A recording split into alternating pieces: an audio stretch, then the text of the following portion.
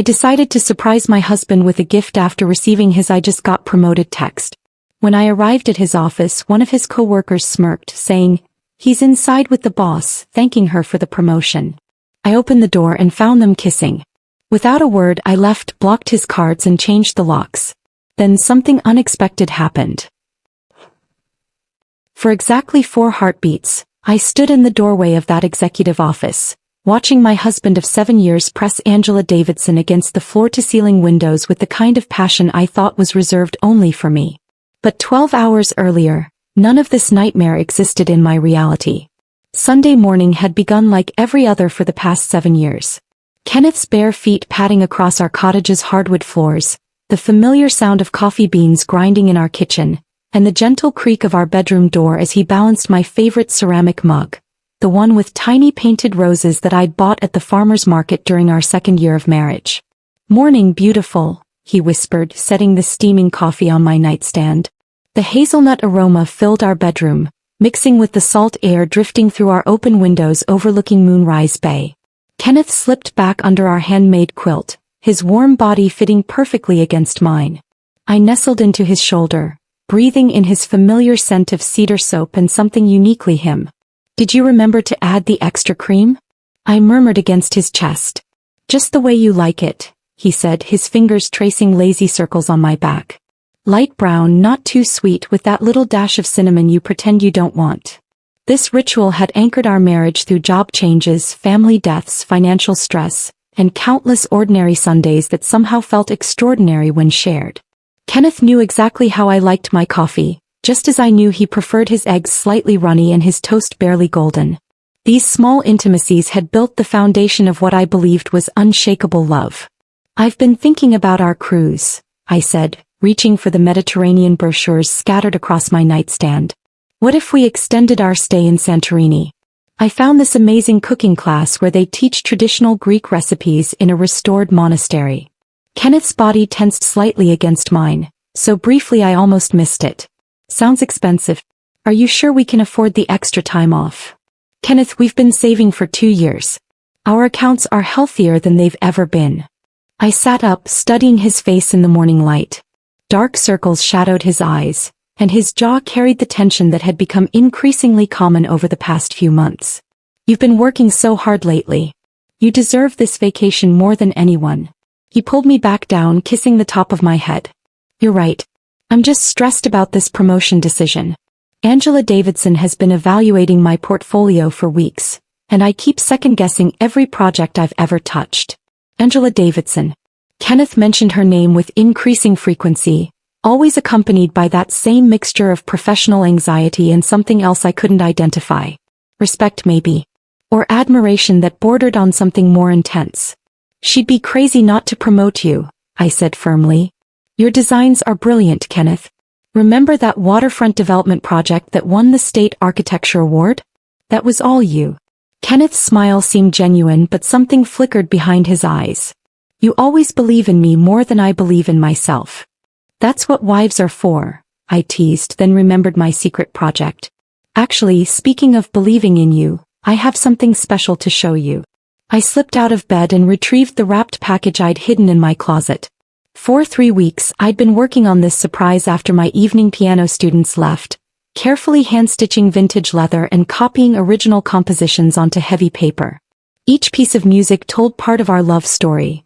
The waltz I'd hummed while we painted our first apartment, the melody playing during his proposal at the lighthouse, even the silly song I'd made up about his morning coffee ritual.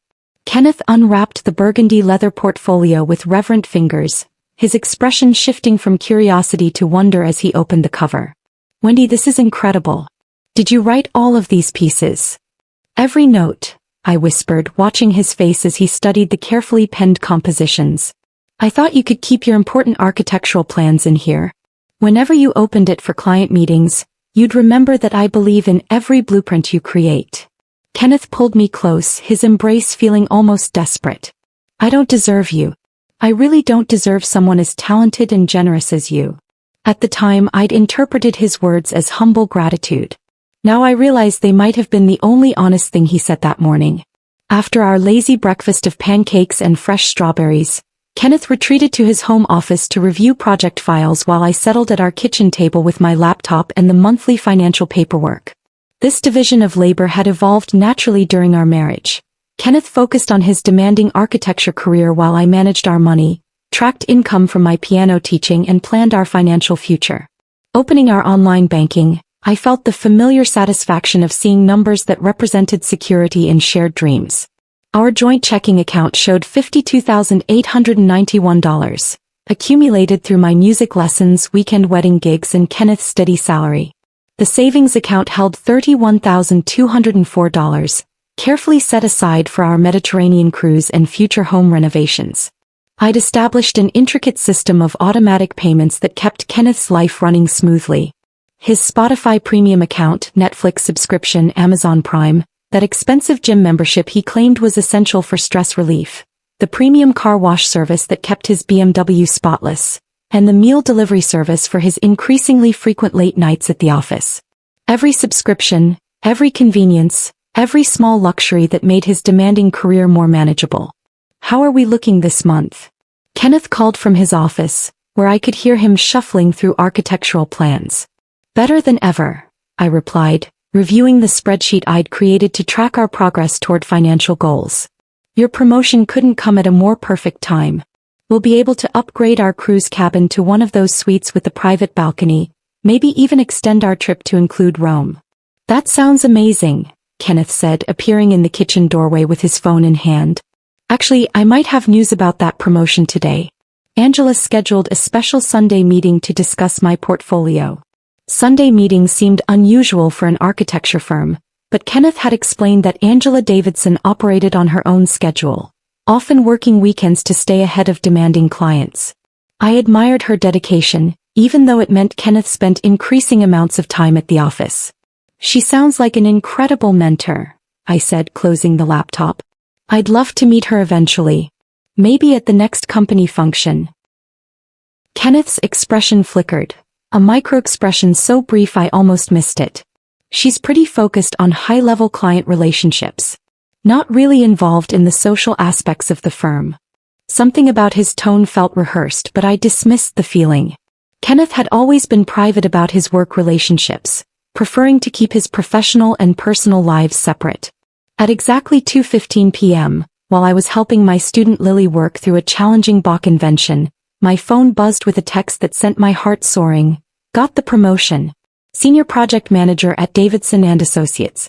Angela made it official. Can't believe this is really happening. Tonight we celebrate everything we've worked for." I actually squealed with joy, causing Lily to stop mid-phrase and stare at me with wide eyes. "Sorry, sweetie. Just got the most wonderful news about my husband's career." Lily, a precocious 12-year-old with dreams of becoming a concert pianist, grinned. "Did he get that important job he's been hoping for?" "He did. He absolutely did." I felt giddy with excitement, my mind immediately racing through celebration possibilities. This was the moment we'd worked toward for years. The financial security, professional recognition and validation of Kenneth's architectural talents that would transform our future. After Lily's lesson ended, I sat at my piano bench, my fingers automatically finding the keys as I processed the wonderful news. A melody began forming, something triumphant and hopeful, perhaps the beginning of a new composition celebrating Kenneth's achievement. But music suddenly felt insufficient for this moment. I looked at the portfolio sitting on my bedroom dresser, remembering Kenneth's genuine appreciation this morning.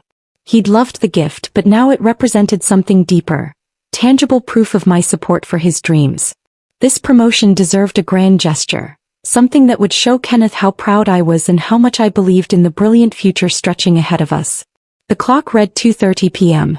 If I left immediately, I could surprise Kenneth at the office with the portfolio, maybe whisk him away for an early celebration dinner at that French restaurant he'd mentioned wanting to try. Kenneth had always appreciated spontaneous romantic gestures, and this felt like the perfect opportunity to remind him why we made such an incredible team. I changed into my favorite flower print dress, the one Kenneth said brought out the gold flecks in my eyes, and carefully rewrapped the portfolio in ivory tissue paper tied with burgundy ribbon. The 40-minute drive into the city would give Kenneth time to finish his meeting with Angela and perhaps share the exciting news with his colleagues. Davidson and Associates occupied 16 floors of a gleaming glass tower that rose from downtown like a monument to architectural ambition. The lobby buzzed with expensive-suited professionals carrying leather portfolios and conducting hushed conversations that probably involved millions of dollars. I approached the reception desk, feeling suddenly self-conscious about my artistic appearance in this corporate environment. "I'm here to see Kenneth Walsh," I told the receptionist, a polished woman whose makeup looked professionally applied and whose suit probably cost more than I earned in a month from piano lessons. Her expression shifted when I mentioned Kenneth's name, a micro-change that I noticed but couldn't interpret. "And you are?" "His wife, Wendy. I wanted to surprise him with something special to celebrate his promotion to senior project manager." The receptionist's eyes swept over my flower print dress and carefully wrapped gift, her professional smile remaining fixed while something calculating flickered behind her eyes. "Mr. Walsh is currently in a meeting with Ms. Davidson. I'm not sure when they'll be available." "That's perfect," I said, maintaining my cheerful demeanor despite feeling increasingly out of place in this intimidating environment. "I'll just wait for him on the executive floor." Before the receptionist could object, Jake Sullivan materialized beside the marble desk like he'd been waiting for exactly this moment. Kenneth had mentioned Jake before, a mid-level architect with a reputation for office politics and barely concealed ambition. His smile felt predatory as his eyes locked onto my wrapped gift with unsettling intensity. Well, look who's here," Jake said, his tone carrying undertones I couldn't decipher but instinctively disliked. "Kenneth's talented wife, right? The piano teacher? Coming to celebrate the big promotion with Angela Davidson." "Word travels fast in architecture firms," I replied, trying to match his casual tone while suppressing growing discomfort. Jake's smile widened, revealing teeth that seemed too sharp. "Oh, word travels incredibly fast around here, especially when it involves Kenneth and Angela. They've been having quite a lot of intensive meetings lately." He paused deliberately, watching my face. "Very private, very focused sessions. Kenneth's been staying late almost every night for the past few months, really dedicating himself to impressing Angela." The way Jake emphasized certain words made my stomach twist with undefined anxiety. Something in his tone suggested meanings beyond professional mentorship, implications that my rational mind rejected even as my intuition recognized warning signals. "Kenneth's always been dedicated to his career," I said carefully. "Angela sounds like an excellent mentor for someone with his talent." Jake's laugh felt sharp and knowing. "Mentor? Yes, that's certainly one way to describe their relationship. Though I'd say their collaboration has become quite comprehensive lately. Very hands-on, you might say." I left Jake standing by the reception desk, his cryptic comments echoing in my mind as I rode the elevator to the executive floor. With each floor the elevator climbed, my chest felt tighter as if the building's altitude was compressing my lungs. By the time I reached the 15th floor, my palms were damp despite the aggressive air conditioning. The executive level felt dramatically different from the bustling lower floors. Quieter, more exclusive, with plush carpeting that absorbed sound and original artwork that probably cost more than my annual teaching income. Angela Davidson's corner office sat at the end of a long hallway lined with floor-to-ceiling windows that offered stunning views of the city below. As I approached her office, I could hear voices inside, Kenneth's familiar baritone mixed with a woman's throaty laughter. They sounded relaxed, comfortable, intimate in a way that made my footsteps involuntarily slow. The conversation had a quality I couldn't name, something private and personal that seemed to extend far beyond professional boundaries. The office door stood slightly ajar, revealing a narrow slice of the luxurious room beyond. I could see expensive furniture, abstract paintings, and the edge of what appeared to be a massive mahogany desk. Kenneth said something I couldn't quite hear, his voice warm and affectionate, followed by Angela's rich laughter, the kind of laugh that suggested shared secrets and inside jokes. My hand trembled as I raised it to knock on the door frame. Something about the quality of their interaction felt forbidden, like I was about to intrude on something I wasn't meant to witness. But this was my husband, and I was here to celebrate his professional triumph with a gift created from love and pride. "Kenneth," I called softly, pushing the door open wider. "Surprise." The voices inside went abruptly silent. I stepped into Angela Davidson's corner office, my carefully wrapped portfolio clutched in both hands, ready to share in my husband's moment of career victory. Instead, I discovered that everything I believed about my marriage had been a carefully constructed lie. Kenneth stood pressed against the floor-to-ceiling windows, his arms wrapped around a stunning brunette woman in an expensive navy suit. They were kissing with desperate, consuming passion.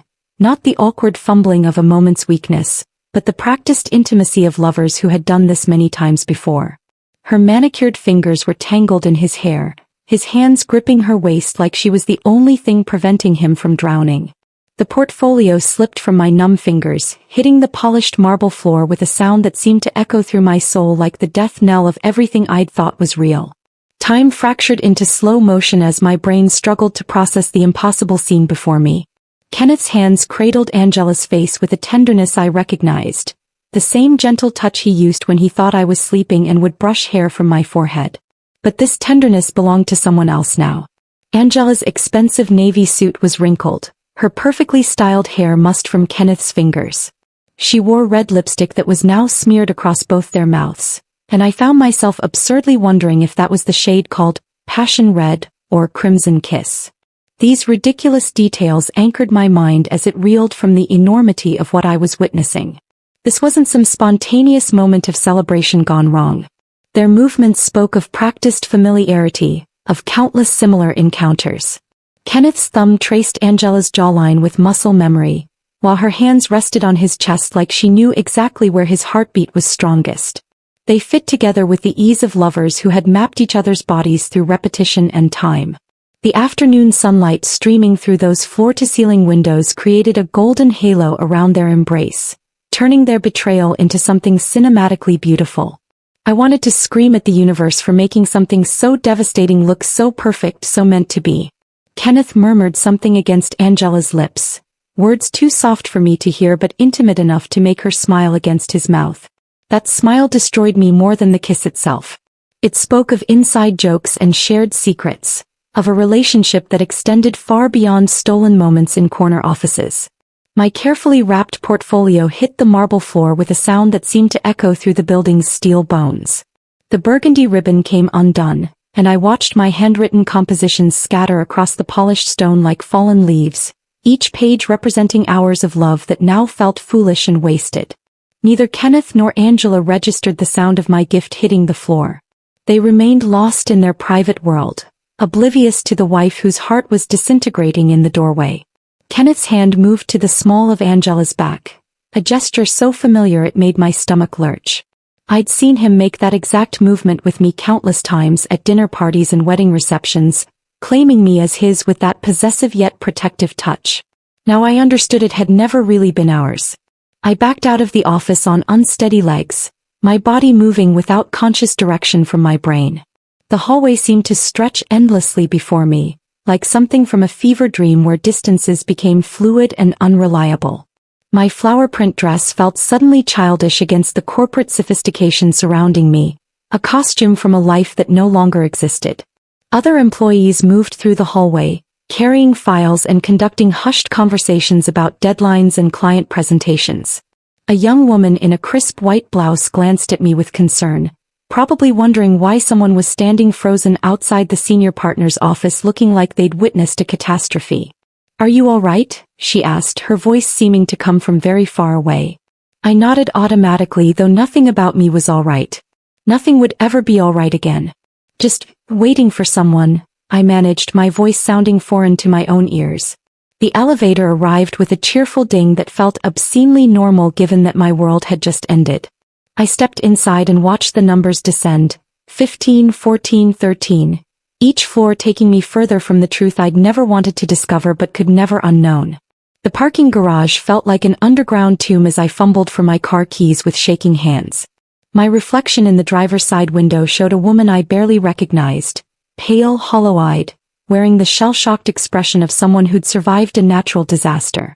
The 40-minute drive back to Moonrise Bay became a torturous journey through 7 years of memories that were now contaminated with new understanding. Every song on the radio seemed designed to mock me. Every billboard advertising happy couples felt like a personal insult from the universe. I thought about Kenneth's increasing work hours over the past 4 months. "Angela needs me to review these proposals," he'd say, staying at the office until 9 or 10 at night. She's really pushing for this promotion and I can't let her down. He couldn't let her down. Not me, her. The expensive dinners charged to our credit card that Kenneth claimed were client meetings. The new cologne I'd noticed but attributed to a midlife confidence boost. The way he'd started going to the gym more frequently, coming home with that post-workout glow that I'd found attractive and encouraging. He'd been making himself more attractive, just not for me. My phone buzzed with a text from Kenneth. Meeting running long. Don't wait up for dinner. We'll celebrate tomorrow night properly. Love you. Love you. 2 words that now felt like daggers twisted in my chest. How could he type those words with the same fingers that had just been tangled in another woman's hair? Our cottage greeted me with the same Sunday afternoon serenity it always had, but everything felt different now. The Mediterranean cruise brochures scattered across our kitchen table mocked me with their promises of romantic sunsets and couples cooking classes. Kenneth had been so enthusiastic about this trip, talking about new adventures, and taking our relationship to the next level. Now I wondered if those phrases had double meanings I'd been too trusting to recognize.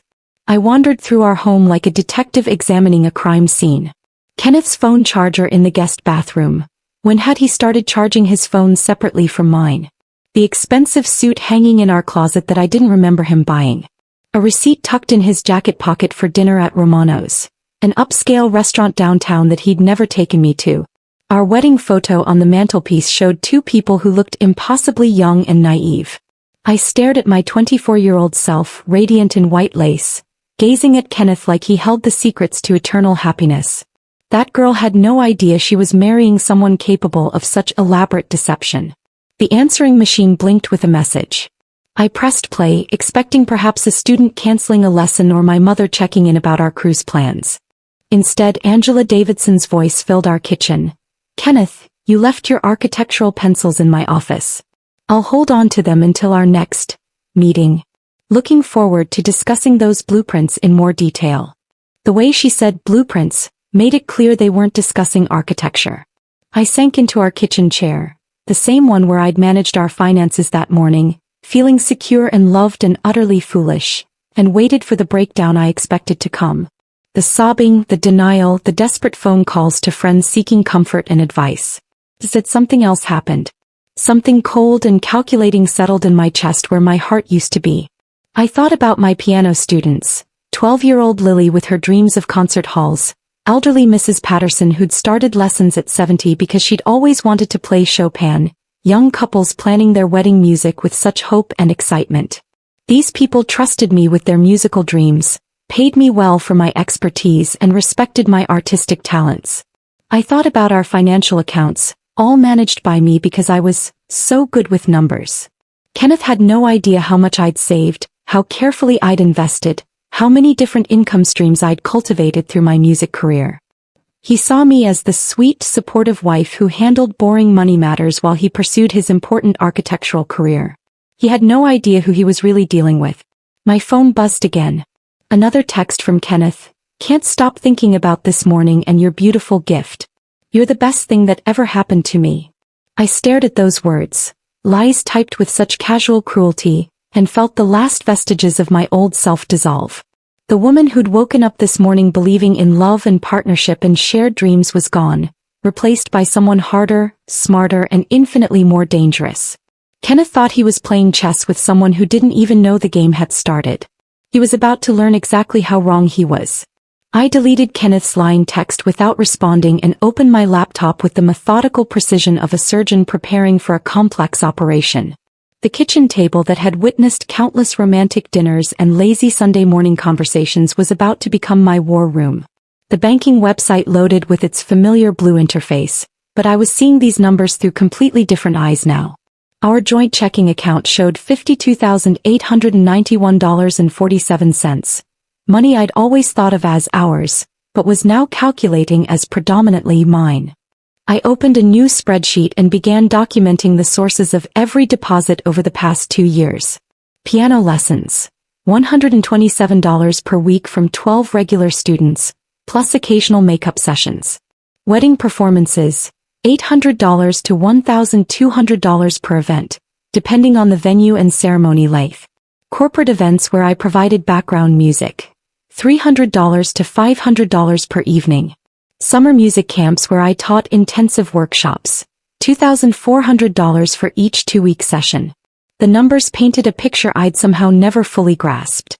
Kenneth's architectural salary provided steady income, but my artistic work generated nearly 60% of our household earnings.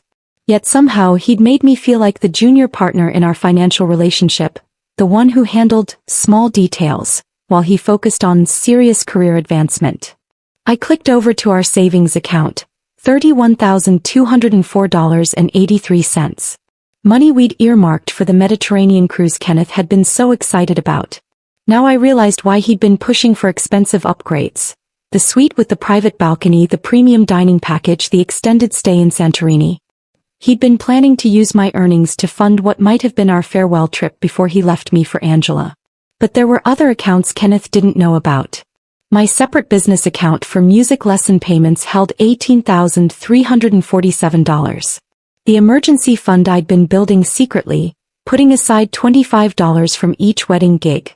$4,231. Even the small investment account I'd opened with inheritance money from my grandmother. $12,876. Kenneth had no idea how financially independent I actually was. I pulled up the credit card management portal and stared at the 5 accounts that had been funding Kenneth's double life. The Platinum Visa with its $25,000 limit that he used for his expensive suits and latest iPhone upgrades. The Business American Express that supposedly covered client entertainment. Dinners that I now realized included Angela. The store cards for Nordstrom where he'd been buying clothes I'd never seen him wear, and Best Buy where he'd purchased gadgets that never appeared in our home. My hands trembled slightly as I dialed the first customer service number. The Visa representative answered with practiced cheerfulness. "Hello, this is Sandra with Platinum Customer Care. How can I assist you today?" "I need to cancel my account immediately," I said, my voice steady despite my racing heart. "I'm sorry to hear that. May I ask the reason for cancellation?" "Fraudulent use," I replied, which felt more honest than it should have. "I've discovered unauthorized charges." "I understand your concern. I'll be happy to close this account for you right away." The process took 12 minutes. 12 minutes to sever Kenneth's access to $25,000 in credit that he'd been using to wine and dine his boss while I stayed home managing our finances and planning our fake future together. The American Express cancellation felt even more satisfying. When the representative asked about the reason, I said, "The primary cardholder has been using this card for personal expenses disguised as business transactions." Each subsequent call became easier. The Nordstrom card, cancelled. The Best Buy account, terminated. The gas station credit card that Kenneth used for his increasingly frequent trips downtown, closed permanently. Kenneth's automated lifestyle had always impressed me with its efficiency. Every entertainment and convenience service billed automatically to our shared accounts, making his life seamless and stress-free. Now that automation was about to become his nightmare. I started with Spotify Premium. Kenneth listened to carefully curated playlists during his morning workouts and evening drives.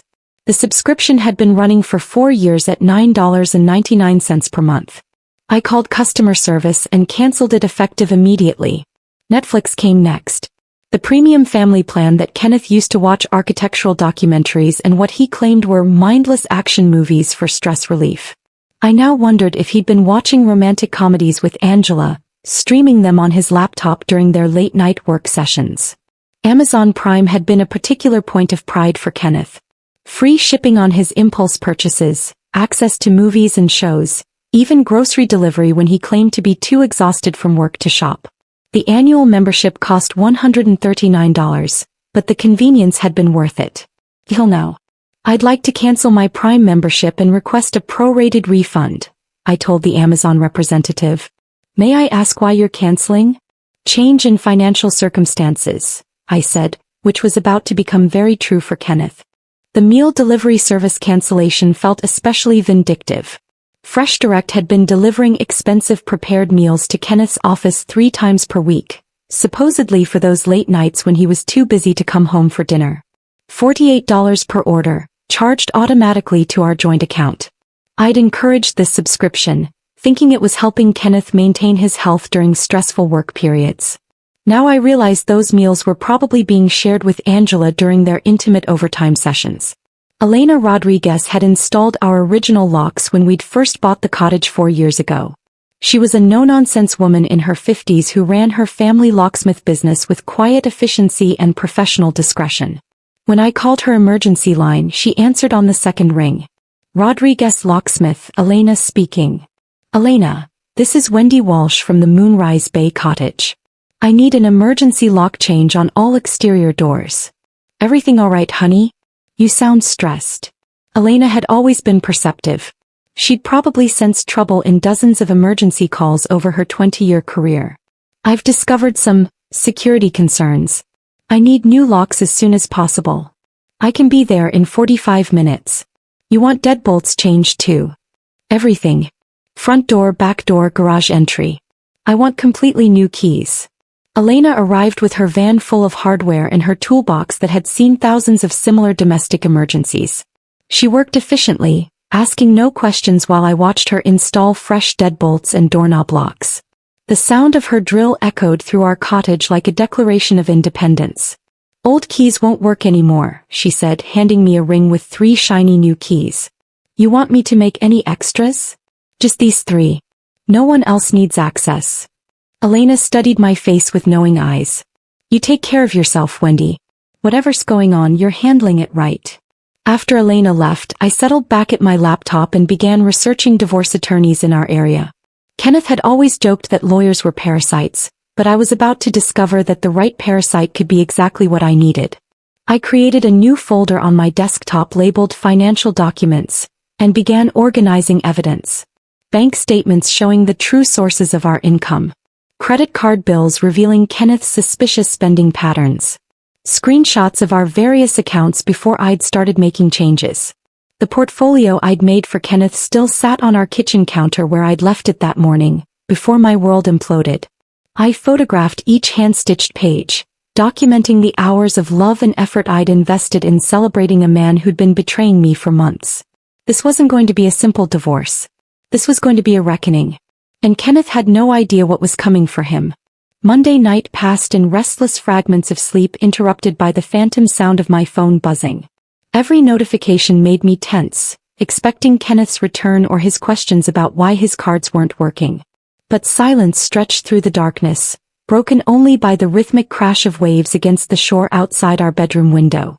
Tuesday morning arrived with gray clouds that matched my mood perfectly. I sat at our kitchen table with my second cup of coffee, staring at the laptop screen where I'd been researching divorce attorneys since dawn. The cottage felt different now, larger and emptier, as if Kenneth's betrayal had somehow altered the physical dimensions of our shared space. At exactly 8:47 a.m., my email notification chimed with a message that would change everything. The sender's name made me pause. Sophie Martinez, followed by an email signature indicating she worked as a senior accountant at Davidson and Associates. I'd never heard Kenneth mention a Sophie, which immediately made her message feel significant in ways I couldn't yet understand. The subject line read simply, "Something you need to know." My finger hesitated over the mouse. Part of me wanted to delete this email unread, to preserve whatever remained of my ignorance and avoid confirming suspicions that were still crystallizing in my mind. But a stronger part, the part that had been systematically dismantling Kenneth's comfortable life for the past 18 hours, clicked open. Dear Mrs. Walsh, the email began with formal politeness that somehow made its contents feel more ominous. I hope this message finds you well, though I suspect that may not be the case. My name is Sophie Martinez and I work in the accounting department at Davidson and Associates. I've been struggling with whether to contact you for several weeks now, but after witnessing events yesterday afternoon, I can no longer remain silent. My heart rate accelerated as I read further. Sophie explained that she'd been aware of Kenneth and Angela's relationship for approximately 4 months, having accidentally discovered evidence of their affair while processing expense reports and reviewing company communications. She wrote with the careful precision of someone who understood the legal implications of workplace relationships and the human cost of personal betrayal. I want to be clear that I'm not motivated by office politics or personal grievances, Sophie continued. I'm reaching out because I have a younger sister who was similarly deceived by her husband, and I remember how much it meant to her when someone finally told her the truth. You deserve to know what's been happening behind your back. The email concluded with an offer to meet at a location of my choosing, where Sophie would share the evidence she'd collected. She emphasized that her decision came from basic human decency rather than any desire to harm the company or advance her own position. I stared at the screen for several minutes, processing the implications. A complete stranger was offering to blow up Kenneth's professional life because she couldn't stand watching an innocent woman being deceived. The kindness of this gesture from someone who owed me nothing felt overwhelming after Kenneth's casual cruelty. I replied immediately, suggesting we meet at the Lighthouse Cafe, a quiet seaside restaurant 20 minutes from our cottage where the afternoon crowd would provide cover for sensitive conversation. Sophie Martinez turned out to be a woman in her early 30s with intelligent dark eyes and the kind of understated professional appearance that suggested competence without drawing attention. She arrived at the Lighthouse Cafe carrying a manila envelope that she clutched like it contained explosive materials, which in many ways it did. We chose a corner booth overlooking the harbor, where the sound of seagulls and distant boat engines would mask our conversation from other diners. Sophie ordered coffee with shaking hands, her nervous energy palpable as she arranged the envelope on the table between us. "I want to start by saying how sorry I am," she began, her voice soft but steady. "What I'm about to show you is going to be difficult to see, but you have a right to know the truth about your marriage." Sophie opened the envelope and spread several printed emails across the scarred wooden table. The papers looked official and damning, like evidence being presented in a courtroom. Her fingers trembled slightly as she organized the documents, and I could see the genuine distress this revelation was causing her. "I discovered these emails accidentally while reviewing expense account irregularities," Sophie explained. "Kenneth and Angela have been using company resources for personal activities, which required me to examine their communications more closely. I never intended to uncover their affair, but once I saw these messages, I couldn't ignore what was happening." She paused, studying my face with compassionate concern. "I debated for weeks about whether to contact you. On one hand, it wasn't my business. On the other hand, you were being systematically deceived by people who were supposed to respect both you and company policies." The first email Sophie showed me was dated 3.5 months ago, sent from Kenneth's company account to someone listed as Derek Thompson, apparently his college roommate who now lived in Seattle. The casual tone made the content even more devastating. "You were right about office affairs being dangerous," Kenneth had written, "but sometimes the risk is worth the reward. Angela's making moves that could benefit both of us professionally, and the personal benefits aren't exactly a hardship either. The best part is that Wendy's completely oblivious. She's too wrapped up in her little piano students and wedding gigs to notice that I'm building my real future." My hands clenched involuntarily as I read Kenneth's dismissive reference to my music career as little piano students. The same artistic work that generated 60% of our household income, that Kenneth had always claimed to respect and admire, was reduced to a trivial hobby that kept me conveniently distracted. The second email was even worse. Kenneth described Angela as everything Wendy isn't: ambitious, sophisticated, focused on real success instead of artistic fantasies. He discussed their relationship with the detached planning of someone organizing a business transaction rather than engaging in a passionate affair. "Angela's already hinting about opportunities in the firm's new branch office," Kenneth had written to Derek. "Six-figure salary, executive benefits, and a partner who understands the corporate world. I've been subsidizing Wendy's music hobby for years while she plays house in that cottage. Time to upgrade to someone who can actually contribute to my career advancement." Reading those words felt like being repeatedly slapped. Kenneth had been tolerating our marriage while planning his escape to what he considered a superior life. Every encouragement he'd given my music, every romantic gesture, every moment of seeming support had been performance art designed to keep me compliant while he positioned himself for betrayal. Sophie reached into her bag and produced her smartphone, her expression growing even more apologetic. "I need to warn you that what you're about to hear is going to be very painful. These recordings were captured accidentally during budget meetings where I was taking notes on company expenses." She pressed play and Kenneth's voice filled our corner of the cafe with devastating clarity. The conversation appeared to be between Kenneth and Angela, discussing their relationship with chilling casual cruelty. "Wendy's been putting every penny from her music lessons into our joint accounts," Kenneth was saying. his tone carrying the detached amusement of someone discussing a naive child. The sweet, trusting artist actually thinks we're saving for our future together. She has no idea I'm planning to file for divorce after I secure this promotion and establish myself in the new position. Angela's laughter rippled through the phone's speaker like acid. She sounds adorable. Does she still leave you little love notes in your lunch? Every morning, Kenneth replied, and I could hear the eye roll in his voice. Like we're still in high school. It would be endearing if it wasn't so pathetic. But her earnestness makes the financial arrangement convenient. She handles all our money management because she thinks she's being helpful, which means she's essentially funding my exit strategy without realizing it. The recording continued for several more minutes, with Kenneth and Angela discussing their timeline for his divorce, her promotion to regional manager, and their plans to relocate together to the firm's expanding West Coast operation. They talked about my marriage like it was a temporary inconvenience rather than 7 years of shared life and love. Sophie and I spent the next hour constructing a detailed chronology of Kenneth and Angela's affair, cross-referencing her observations with my memories of his changed behavior. The pattern that emerged was sickeningly methodical. 4 months ago, Kenneth's first late-night project review with Angela, coinciding with her separation from her husband.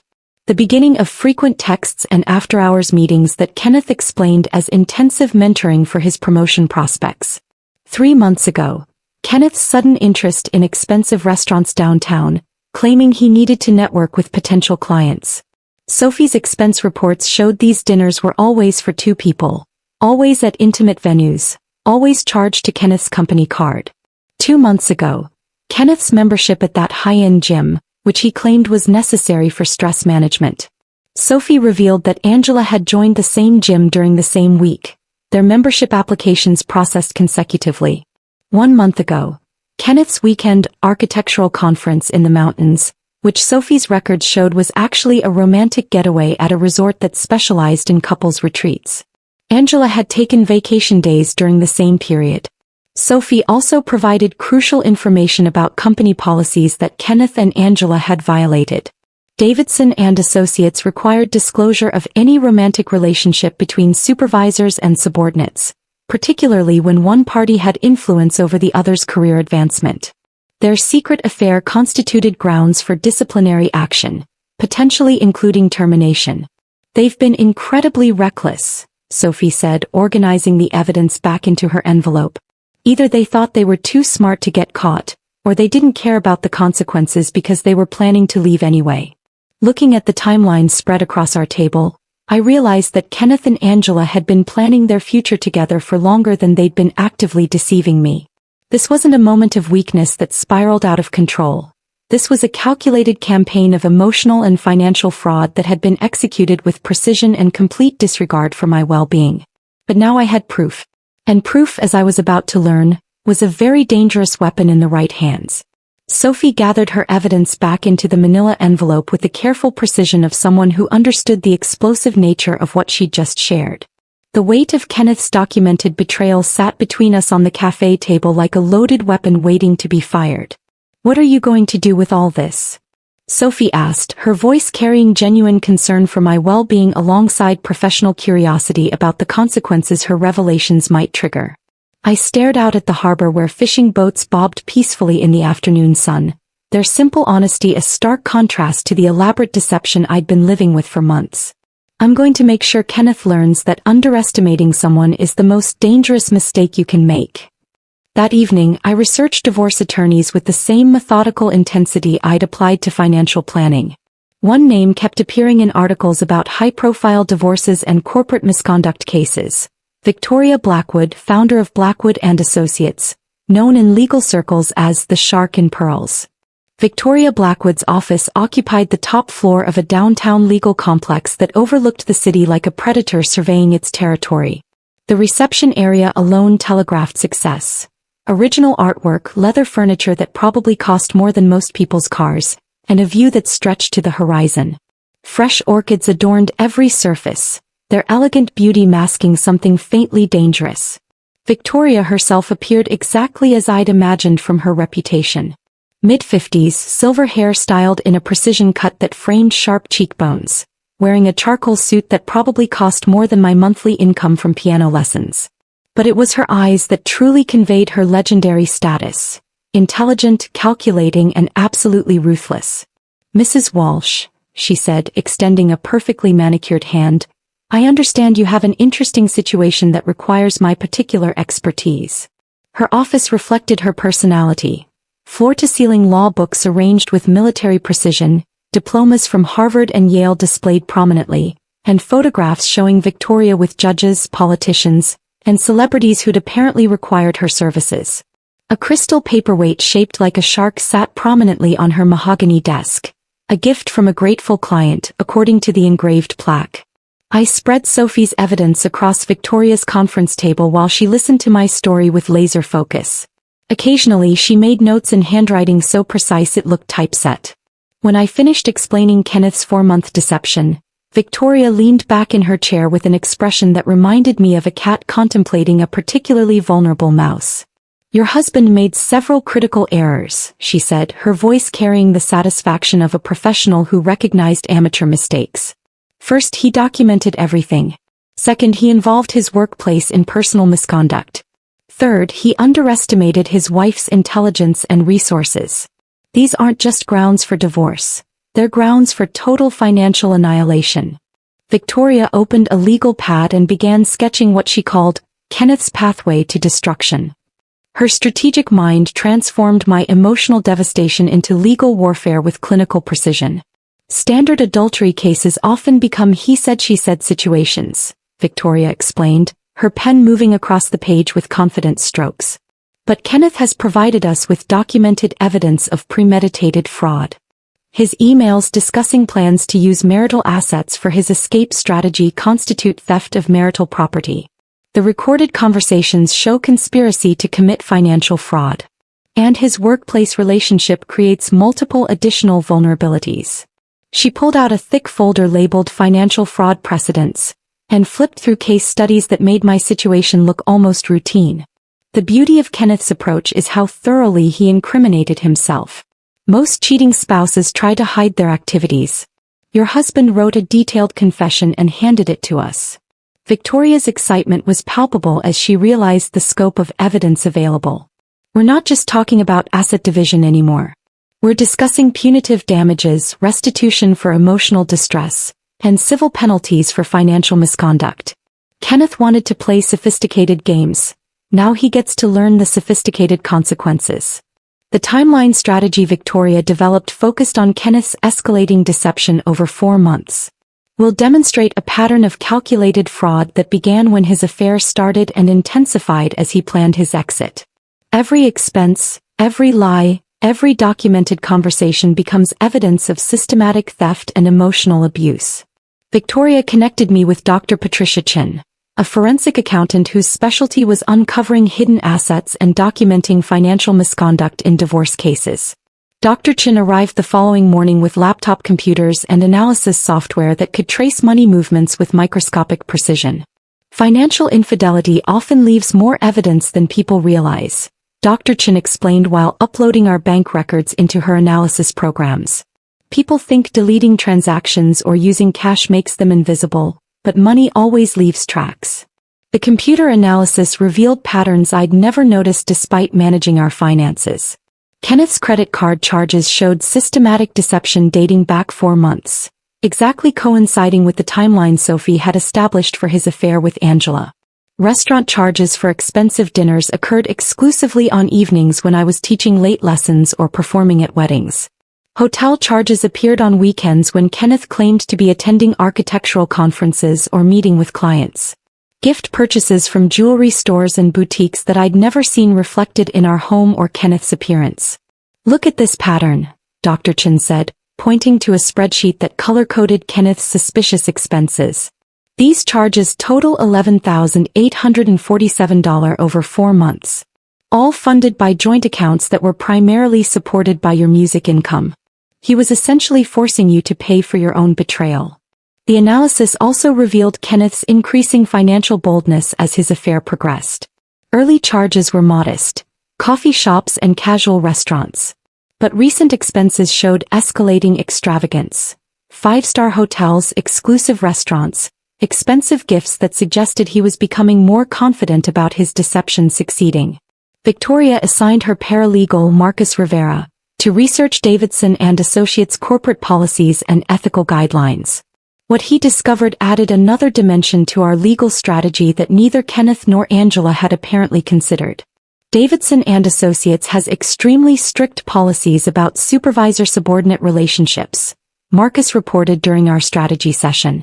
Any romantic involvement between employees at different hierarchy levels must be disclosed to Human Resources and the legal department within 30 days of initiation. He spread copies of the employee handbook across Victoria's conference table, highlighting relevant sections with yellow markers. Failure to disclose creates liability for both employees and potentially the company itself. Kenneth and Angela exposed the firm to sexual harassment lawsuits, ethics violations and regulatory scrutiny. Victoria's smile turned predatory as she absorbed these implications. Corporate law firms are obsessively protective of their reputations. When we demonstrate that Kenneth and Angela violated disclosure policies while using company resources for personal activities, Davidson and Associates will distance themselves faster than you can say, liability insurance. The employee handbook revealed additional violations that Kenneth and Angela had apparently ignored. Using company email for personal communications violated information technology policies. Charging personal expenses to company accounts constituted theft of corporate resources. Meeting during business hours for non-work purposes violated productivity requirements. Their affair wasn't just personal misconduct, Victoria concluded. It was a systematic violation of corporate policies that exposed their employer to legal and financial risks. The firm will prioritize protecting itself over protecting two employees who created liability through their poor judgment. Victoria's approach to serving Kenneth with divorce papers elevated revenge to an art form. Rather than simple delivery at home or work, she proposed a strategy designed to maximize professional humiliation while ensuring maximum witness impact. Davidson and Associates holds their annual client presentation next Thursday, Victoria said, reviewing her research into the firm's public events. 50 to 70 clients, all major corporate accounts, plus every employee from junior architects to senior partners. Kenneth will probably be presenting his latest projects, basking in his promotion glory. She pulled up the firm's event calendar on her computer, showing a conference room booking for their biggest presentation space. We'll coordinate with professional process servers who specialize in high-impact delivery. The goal is to serve papers at the moment of Kenneth's greatest professional triumph, transforming his victory celebration into public humiliation. Victoria's strategy considered every detail, timing the service during Kenneth's presentation segment, ensuring Angela received her papers simultaneously, positioning servers for maximum visibility, and coordinating with building security to prevent interference. Public humiliation isn't just emotionally satisfying, Victoria explained with clinical precision. It serves strategic purposes. Kenneth's colleagues will witness his misconduct firsthand. Clients will question the firm's judgment in promoting someone capable of such deception. The professional consequences will extend far beyond our divorce case. As Victoria outlined her plan, I realized that Kenneth had been playing checkers while thinking he was engaged in chess. But Victoria Blackwood played a completely different game. One where the rules favored preparation, documentation, and the kind of strategic thinking that turned an opponent's strengths into their ultimate weaknesses. Kenneth was about to discover that his sweet, naive artist wife had assembled a legal arsenal that would make his sophisticated deception look like amateur theater. The curtain was about to fall on his performance, and the audience was going to be much larger than he'd ever imagined. Thursday morning dawned crisp and clear, the kind of autumn day that made everything look sharp and defined, as if the universe had adjusted its contrast settings for maximum clarity. I stood in front of my bedroom mirror, selecting my outfit with the precision of a general choosing armor for the most important battle of her life. The navy blue dress I chose projected competence without appearing overly formal, professional enough to command respect in a corporate environment, but elegant enough to remind everyone that Kenneth had thrown away something valuable. I paired it with my grandmother's pearl earrings and the silver bracelet Kenneth had given me for our 3rd anniversary, back when his gifts still carried genuine sentiment.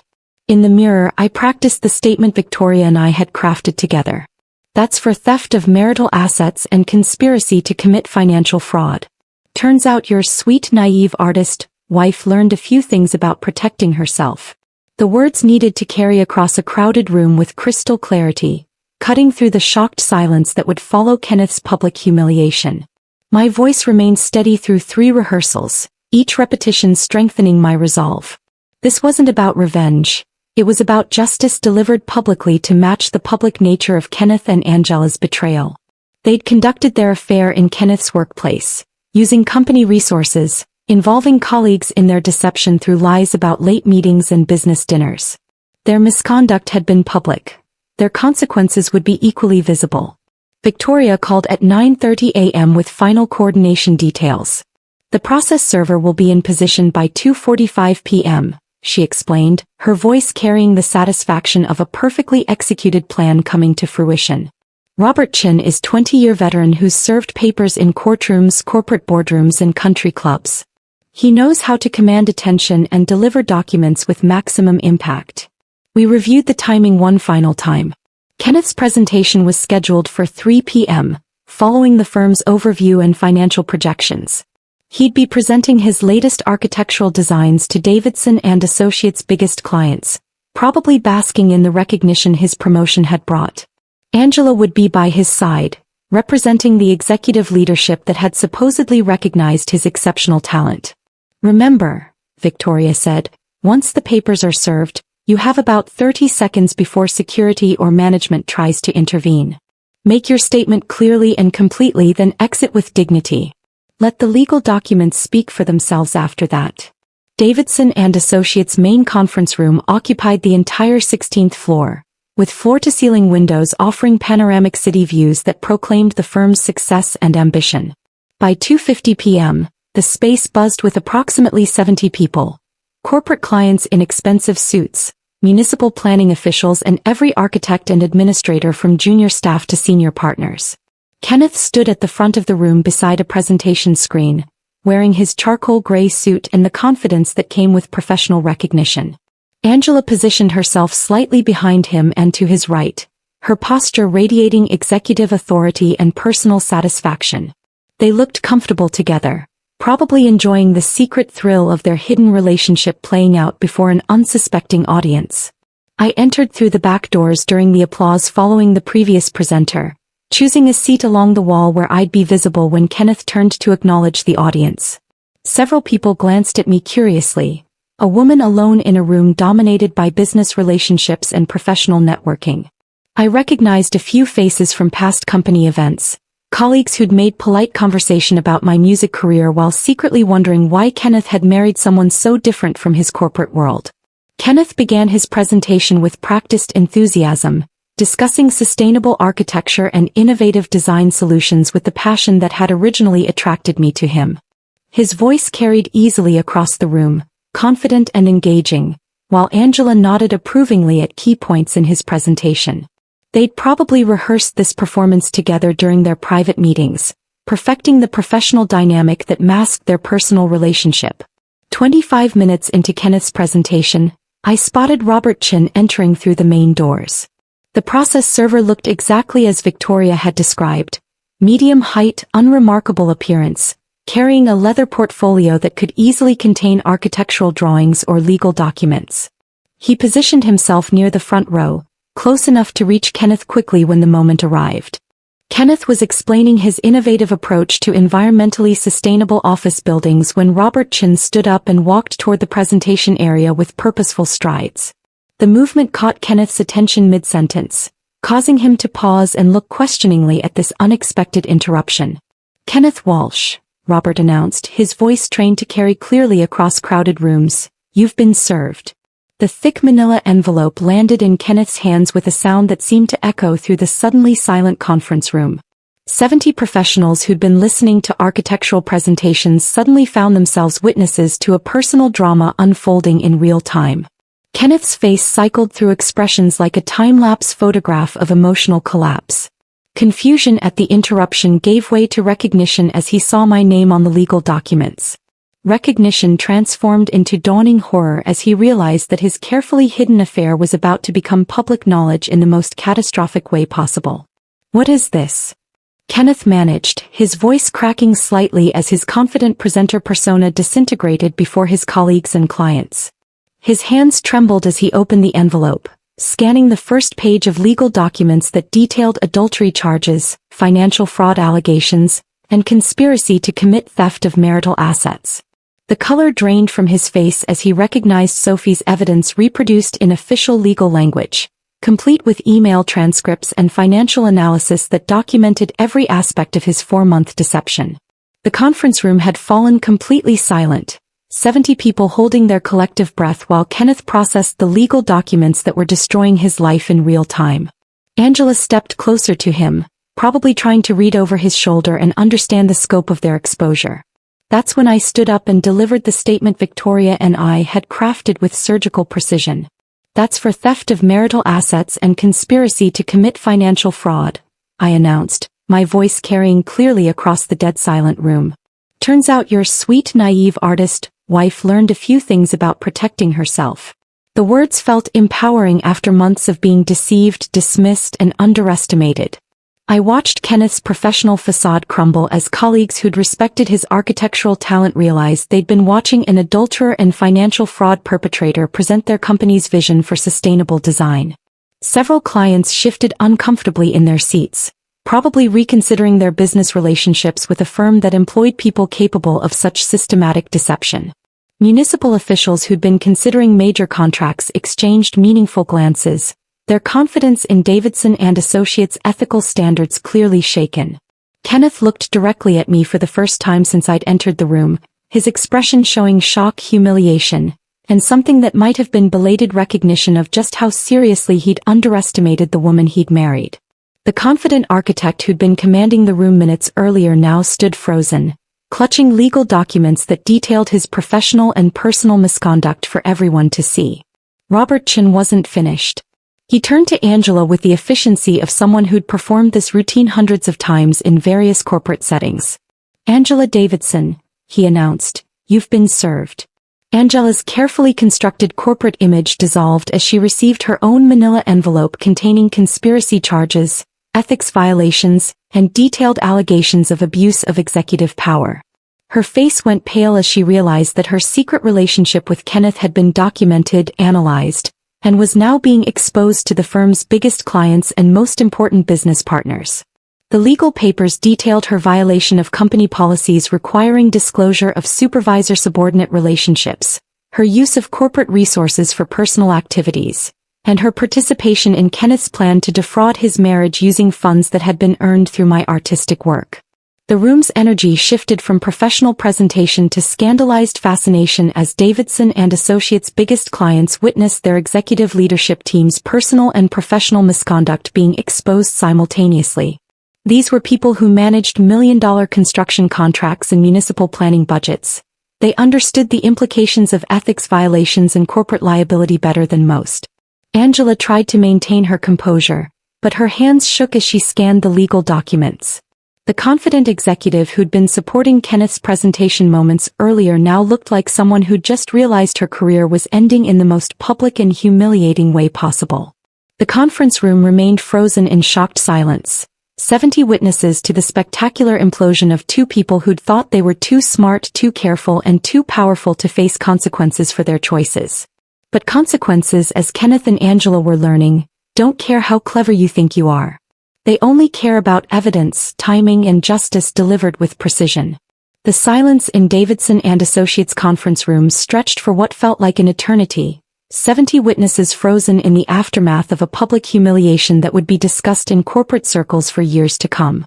I turned and walked toward the exit with measured steps, leaving Kenneth and Angela to face the professional consequences of their personal choices. 4 months later, the legal victory felt both satisfying and anticlimactic. Victoria's strategy had succeeded beyond even her optimistic projections. Kenneth left our marriage with exactly what he'd brought into it: his personal belongings, his architectural degree, and a reputation so damaged that finding equivalent employment would require relocating to a different state. The divorce decree awarded me complete ownership of our cottage, all financial assets and Kenneth's portion of retirement investments as compensation for his systematic theft of marital resources. Rarely have I seen someone document their own destruction so thoroughly, Victoria observed during our final meeting in her office overlooking the city. The same windows that had intimidated me months earlier now felt like symbols of hard-won victory. Kenneth's emails and recorded conversations created an airtight case for financial fraud that most prosecutors would envy. The civil suit against Kenneth and Angela had yielded substantial damages, $127,000 covering emotional distress, punitive damages for financial fraud, and restitution for the money Kenneth had stolen from our joint accounts to fund his affair. Angela's portion came largely from her forced resignation from Davidson and Associates, where the firm's board had terminated her within 48 hours of our public confrontation. Davidson and Associates settled their portion immediately, Victoria explained, sliding final settlement documents across her mahogany desk. Architecture firms protect their reputations obsessively. 2 senior employees violating ethics policies while exposing the company to sexual harassment liability was unacceptable risk. The firm had quietly paid an additional $75,000 to avoid publicity about their executives' misconduct. Kenneth's architectural career in the region was effectively over. No reputable firm would hire someone whose professional judgment had been so spectacularly compromised by personal choices. News of my divorce proceedings had spread through our community with surprising speed, but instead of gossip and sympathy, I encountered respect and admiration. Parents of my piano students began referring friends and neighbors, impressed by what they perceived as remarkable strength during difficult circumstances. Mrs. Walsh showed incredible grace throughout that entire situation, Martha Henderson told her bridge club according to her daughter Sarah, one of my advanced students. She never said a negative word about her husband, just focused on her music and her students. That takes real character. My teaching schedule expanded from 12 students to 23 within 3 months. Wedding bookings increased as couples heard about my composure during personal crisis and trusted me to handle their special days with similar professionalism. The settlement money allowed me to renovate the cottage's sunroom into a proper music studio with acoustic panels, professional lighting, and a stunning grand piano that had previously been beyond my budget. The studio overlooked Moonrise Bay through floor-to-ceiling windows that framed the changing seasons like living artwork. Students often commented on the inspiring atmosphere, saying the space itself seemed to enhance their musical understanding. My own compositions flowed with emotional depth I'd never accessed before. Pieces that reflected survival, transformation, and hard-won wisdom rather than naive romantic idealism. Local venues began requesting original compositions for special events. The Lighthouse Restaurant commissioned a piece for their anniversary celebration. The community theater asked me to compose background music for their spring production. What had started as personal healing through music was evolving into artistic recognition I'd never expected. The cottage transformation occurred gradually, room by room, as I replaced shared memories with personal choices. Kenneth's masculine influence disappeared as I painted walls in colors that reflected my artistic sensibilities rather than neutral compromises. The kitchen became bright yellow with herb gardens on every windowsill. The living room featured a reading corner with built-in bookshelves and a window seat overlooking the harbor. I created what I called my truth box, a handcrafted wooden container where I kept items representing authentic accomplishments and genuine relationships. My piano teaching certificate went inside, along with thank you cards from wedding couples, photos with real friends who'd supported me during the divorce, and Victoria's business card as a reminder of standing up for myself. The truth box also contained a letter from Sophie Martinez, who'd written to express admiration for my courage in pursuing justice despite potential embarrassment. Watching you handle that situation with such dignity reminded me why I contacted you in the first place, Sophie had written. Women like you make the world safer for all of us. Each item in the truth box represented moments when I'd chosen authenticity over convenience, truth over comfortable lies. The collection grew slowly but steadily, documenting my journey from naive trust to earned wisdom. Spring brought unexpected connection in the form of James Morrison, the owner of Harbor Books, a cozy independent bookstore 3 blocks from the cottage. Our meeting was refreshingly ordinary. I was browsing poetry collections when he recommended Mary Oliver's latest volume, leading to a conversation about how literature influenced musical composition. I've always wondered about the relationship between written rhythm and musical rhythm, James said, his genuine curiosity evident in the way he listened to my responses.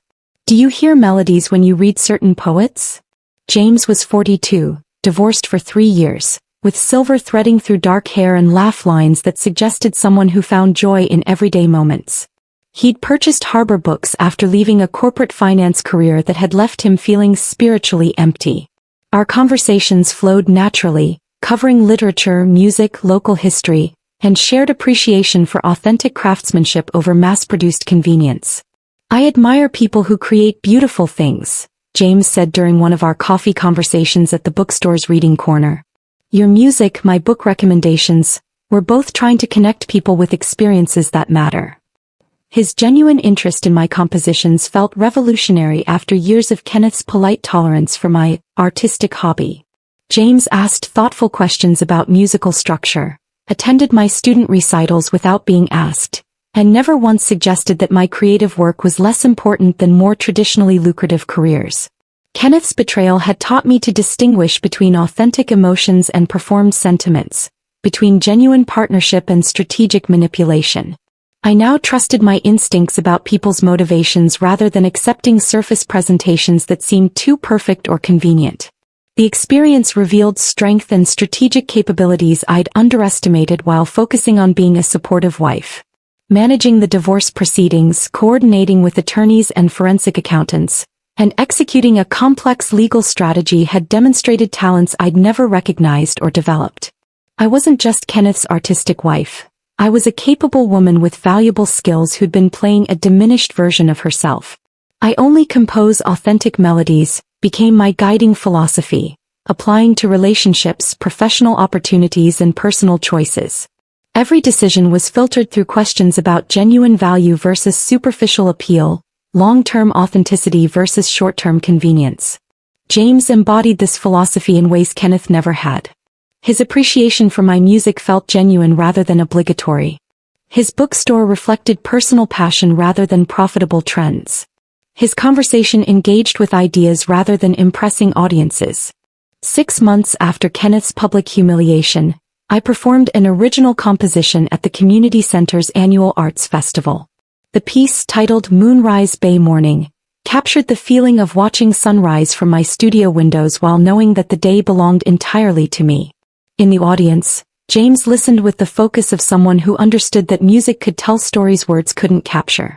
Several rows behind him, Martha Henderson and other parents of my students applauded with pride for someone they'd watched transform crisis into opportunity. Kenneth was notably absent, having relocated to a different state where his reputation hadn't preceded him. Angela had taken a position with a small firm in another region, her executive career permanently derailed by choices that had prioritized short-term desire over long-term wisdom. But their absence felt appropriate rather than sad.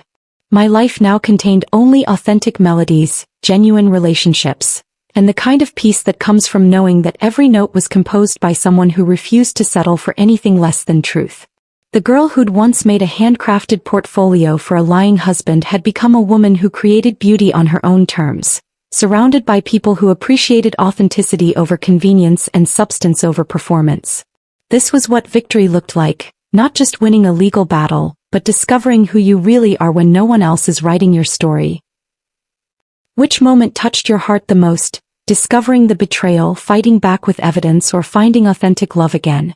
Your story matters too. If this journey of betrayal to triumph resonated with you, please like this video and subscribe for more stories of women who refuse to stay silent. You're stronger than you know.